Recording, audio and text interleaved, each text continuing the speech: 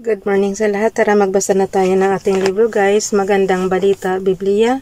Today is 22 February 2024. Nandito na tayo sa aklat ng Awit chapter 41. Panalangin ng isang may sakit. Pakinggan nyo ito may mga may sakit. Gayahin nyo ang dasal na ito. Panalangin ng isang may sakit. Sabayan niyo ako guys. Panalangin ng isang may sakit, awit na katha ni David upang awitin ng punong mga awit. Awit chapter 41 verse 1, mapalad ang isang taong tumutulong sa mahirap, si Yahweh ang kakalinga kung siya na may mabagabag. Verse 2, buhay niya ay iingatan, si Yahweh lang ang may hawak sa kamay man ng kaaway, hindi siya masasadlak. At doon sa bayan niya ituturing na mapalad. Verse 3, si Yahweh rin ang tutulong kung siya ay may magkasakit. Ang nanghina niyang lakas ay ganap na ibabalik. Awit chapter 41 verse 4, ang pahayag ko kay Yahweh, tunay akong nagkasala, iyo akong pagalingin, sa akin ay mahabag ka. Verse 5, yaong mga kaaway ko ang palaging binabadya, kailan ka mamamatay, ganap na mawawala. Verse 6, yaong mga dumadalaw sa akin ay hindi tapat.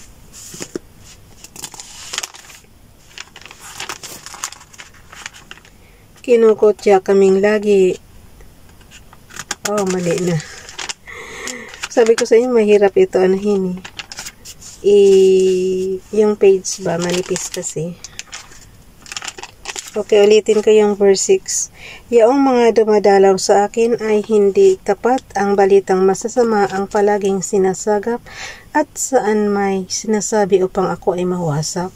Verse 7, ang lahat ng namumuhi ang lagi nilang usapan, ako raw ay ubod sama, ang panabi sa bulungan. Awit chapter 41 verse 8, ang sakit ko, sabi nila, ay wala ng kagamutan, hindi na makakabangon sa banig ng karamdaman. Verse 9, lubos akong nagtiwala sa tapat kong kaibigan, kasalo ko sa tuwin na karamay sa anuman, ngunit ngayon lubos siyang naging taksil na kalaban. Verse 10, sa akin ay mahabag ka, Yahweh, ako'y kaawaan, ibalik mo ang lakas ko't kaaway ko'y babalingan. Verse 11, kung ikaw ay nalulugod, ganito ko malalaman, sa akin di magwawagi kahit sino ang kaaway. Verse 12, tutulungan mo ako ngayon, yamang ako'y naging tapat, sa piling mo ay patuloy na ingatan akong ganap. Awit chapter 41 verse 13, purihin si Yahweh, ang Diyos ng Israel, purihin siya ngayon at magpakailanman. Amen, Amen. Ikalawang aklat, mga awit 42 to 72. Panaghoy ng isang dinulang bihag, isang maskil ng angka ni Korah upang awitin ng punong mga awit. Awit chapter 42 verse 1, kung paanong batis ang siyang hanap ng isang usa, gayon hinahanap ang Diyos ng uhaw kong kaluluwa.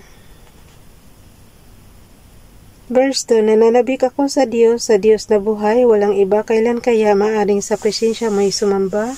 Verse 3, araw-gabi tumataghoy, gabit araw tumatangis. Naging tanging pagkain ko'y mga luha sa paghibik. Parang baliktad, no? Yung tayong Tagalog magsalita ng hikbi. Ito naman paghibik. Sa atin naman paghikbi. Awang ko kung alin. Basta ito yung paghibik. So, gayahin na natin yun. Itong mga kaaway ko, itong Bible na gayahin natin, hindi na, di ba, lagi tayong, umihikbi siya, yung parang umiiyak. Tapos, dito naman, paghibik. Sa paghibik. Itong mga kaaway ko, sa tuwin na yaong sambit, na saan ba ang iyong Diyos? Hindi namin namamasid. Awit chapter 42 verse 4, nagdurugo ang puso ko kapag aking maalala ang lumipas na kahapong lagi kaming sama-sama papunta sa templo ng Diyos na ako ang nangunguna. Pinupuri namin ang Diyos sa pag-awit na masaya. Verse 5, bakit ako nanlulumo? Bakit ako nagdaramdam? Sa Diyos ako may tiwala, siyang aking aasahan. Diyos na tagapagligtas, muli ko siyang aawitan. Verse 6, siya ay gugunitain ng puso kong tigib, hirap Ano namang tigib, hirap? Yung hirap alam natin yan. Yung tigib, ano yan? Verse 6, siya ay gugunitain ng puso kong tigib, hirap. Habang ako'y nasa Jordan, sa Hermon at sa Mizar, di ko siya malilimot, gugunitain oras-oras. Verse 7, ang dagat na kaliliman pakinggan at umuugong at doon ay maririnig lagaslas ng mga talon. Ang katulad nagagalit, malalaking mga alon na sa aking kaluluwa ay ganap na tumatabon. Verse 8, nawa ang pag-ibig ni Yahweh ay mahayag araw-araw, gabi-gabi siya. Naway purihin ko at awitan, dadalangin ako sa Diyos na sa akin bumubuhay. Verse 9, sa Diyos na sanggalang ko, ganito ang aking wika. Bakit ako ay nilimot mo akong kusa? Bakit ako nagdurusa sa kamay ng masasama? Verse 10, kalooban ko'y nanghihina sa pagkutya ng kalaban habang sila'y nagtatanong, ang Diyos mo ba ay nasaan? Verse 11, bakit ako nalulungkot? Bakit ako nagdaramdam? Sa Diyos ako'y may tiwala, siyang aking aasahan. Magpupuri akong mali, pupurihing walang humpay ang aking tagapagligtas, ang Diyos na walang hanggan. Bakit nga ba iba-iba ang Diyos? Yung kaaway niya, iba ang Diyos siya. Iba ang Diyos. Si Yahweh yung Diyos niya. Tapos dito naman sa kalaban niya, iba yung Diyos nila. Alin ba ang tamang Diyos? Tanong lang po. Pero syempre, ito Bible, ito yung susundin natin, si Yahweh. Si Father God lang yung Diyos natin. Panalangin. Ulitin ko yung verse 11, guys. Awit chapter 42 verse 11, bakit ako nalulungkot? Bakit ako nagdaramdam? Sa Diyos ako'y matiwala, siyang aking aasahan. Magpupuri akong muli, pupurihing walang humpay ang aking tagapagligtas, ang Diyos na walang hanggan. Awit chapter 43, panalangin ng isang dinalang bihag. Pareho siya. Ay, ito naman panaghoy ng isang dinalang bihag. Ito naman panalangin. Susundin natin yung panalangin. Panalangin na isang dinalang bihag, karugtong ng awit 42.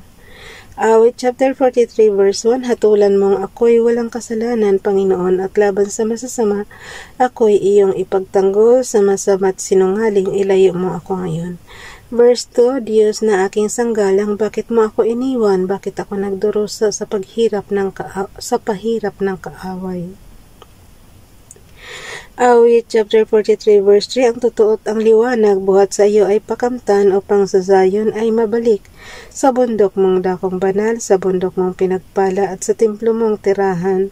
Verse 4, sa dambana mong o Diyos, ako naman ay dudulog, yamang galak at ligaya ang sa aki iyong dulot.